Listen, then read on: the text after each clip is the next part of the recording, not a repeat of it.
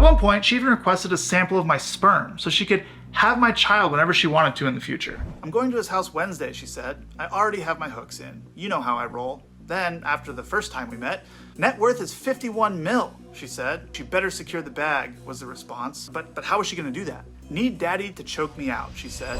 In this video today, we'll be talking about this major league pitcher who had his entire career destroyed based on some of these accusations, and it looks like finally he will get some level of vindication so far. As you see right here on the New York Post article, Accuser charged with allegedly defrauding exile MLB pitcher after faking pregnancy.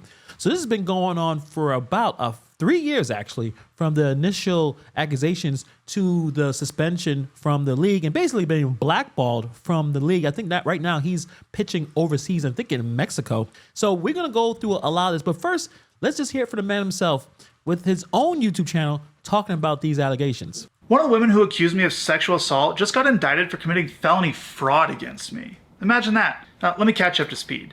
In the last 3 years, 2 women have taken legal action against me. Lindsay Hill started all of this. You may remember her from this video as the girl who set me up and lied to the world in an attempt to take my money. The first public allegations against Trevor surfaced when a woman accused him of assault during 2 sexual encounters. The results was a temporary restraining order granted against him. During that time, Trevor denied the allegations, stating that the encounters were consensual. But the problem is the Major League Baseball did not really believe that and put him on an administrative leave. In April of 2022, MLB suspended Bauer for 324 games, basically 2 seasons, citing violations of a sexual assault and domestic violence policy.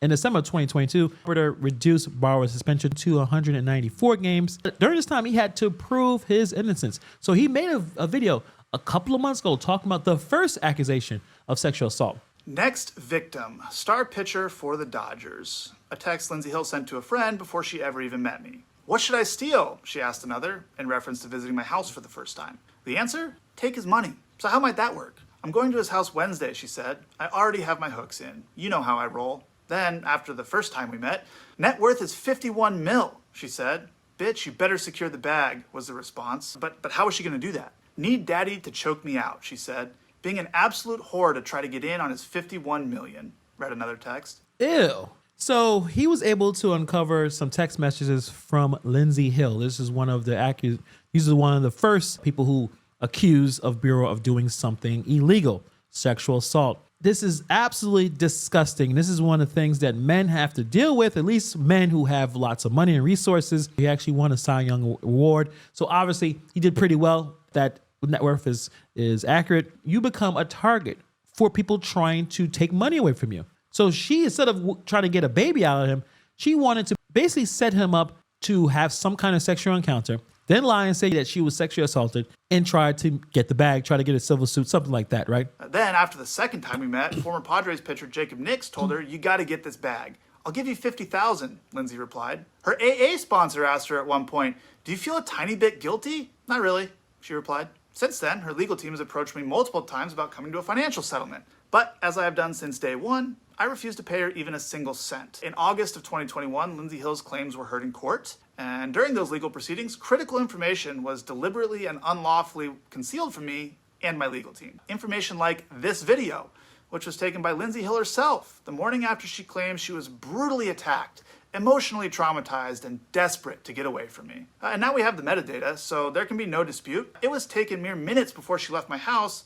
on the morning of May 16th, 2021, without my knowledge or consent, of course. In it, you can see her lying in bed next to me while I'm sleeping, smirking at the camera without a care in the world, or any marks on her face. I think it paints a pretty clear picture of what actually happened the evening of May 15th and why the video was originally concealed from us. Yeah. After hearing the evidence available to her, Judge Diana Gold-Saltman found that Lindsay Hill had misled the court. She found her claims to be materially misleading. She denied her request for a domestic violence restraining order, and she found that no sexual assault or non-consensual conduct took place. Showing how disgusting this woman was, trying to get money, and told everyone, talking to her AA sponsor, like, what a disgusting human being.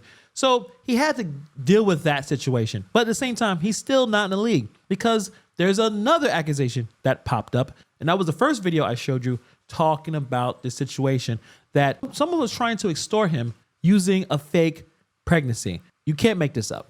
Actually, you probably could. It's probably a common situation with a lot of these people trying to find ways to get money, without, shooting in a gym or, hitting a baseball or pitching a baseball. The easy way is to try to manipulate and steal from people. Well, today, the only other one, Darcy Adana Asimonu, has been criminally indicted for committing felony fraud against me and another man. So now she's facing up to 16 years in prison. Her claims are even more absurd than Lindsay's were, so here's some of the details. We had one plain sexual encounter in December of 2020.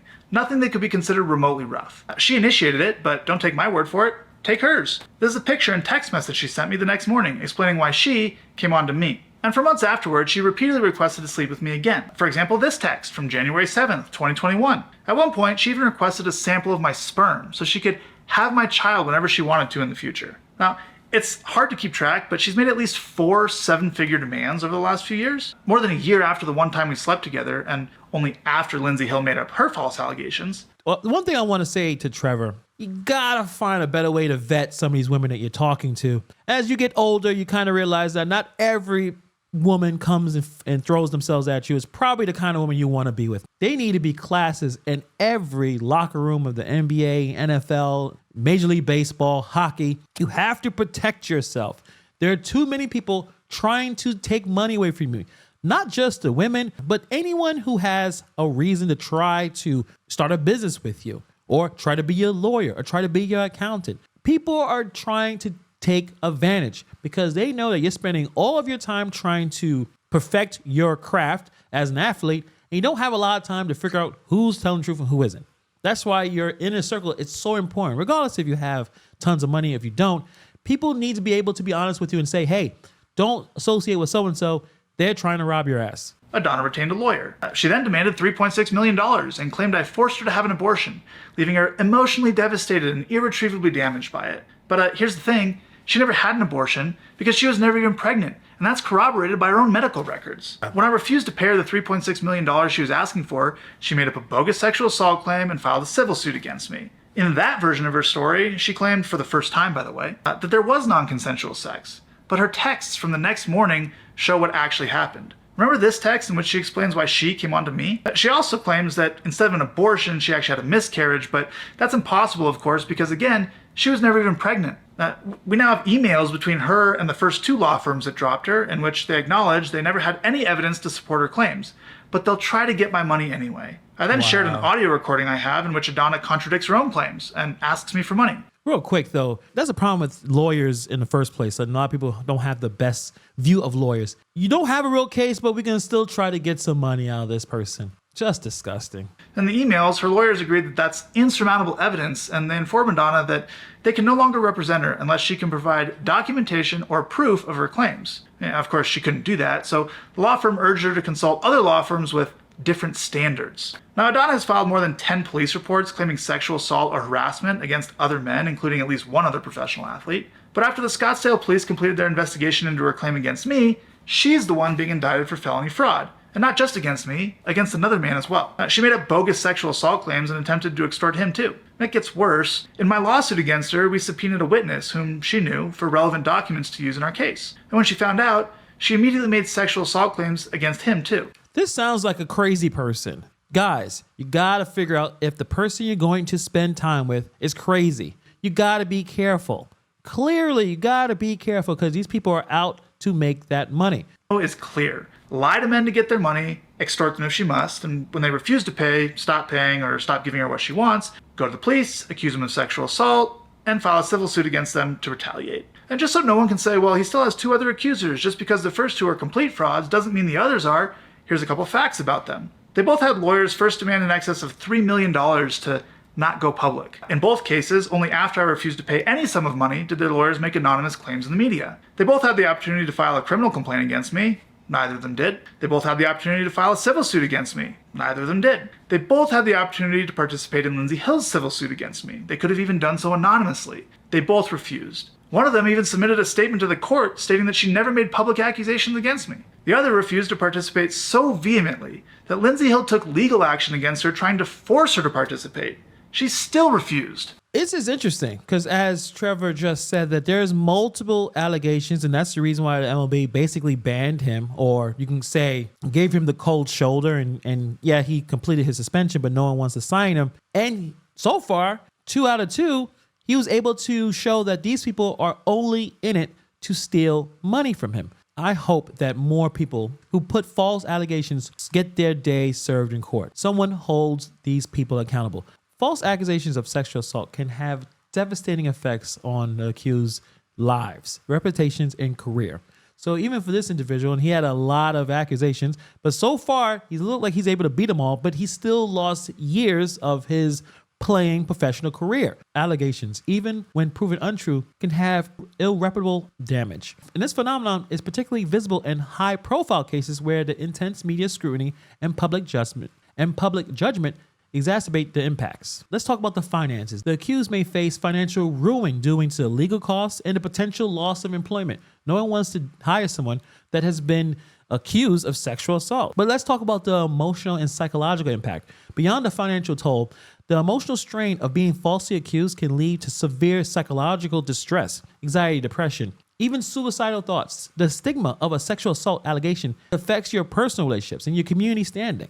I mean, one of the more publicized instances of alleged false accusations in recent years involved Johnny Depp, a man that has a lot of money, and he was able to sue Amber Heard for defamation after she penned that op-ed implying that he was abusive, even though she did not name him directly. But he had the legal counsel, he had the resources that he was able to have a trial in 2022 where Depp was awarded $15 million in damages, suggesting the court recognized the potential harm in Amber Heard's claims. Let's even talk about the Duke lacrosse case. This is back in 2006. 3 Duke University lacrosse players were falsely accused of rape. The charges were eventually dropped, and the prosecutor handling the case was disbarred for ethical breaches, including withholding exculpatory evidence.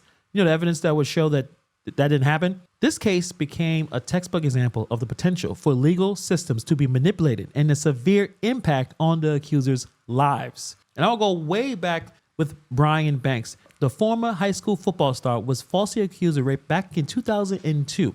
Banks was convicted and spent over 5 years in prison before his accuser admitted that she fabricated the story. She lied. The wrongful conviction derailed his dreams of being a professional football player, even though he played briefly in the NFL after his exoneration.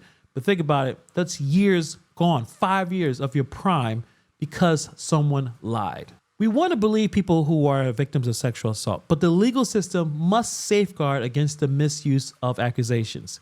And people who decide to take advantage and try to manipulate the justice system to make money need to go to jail.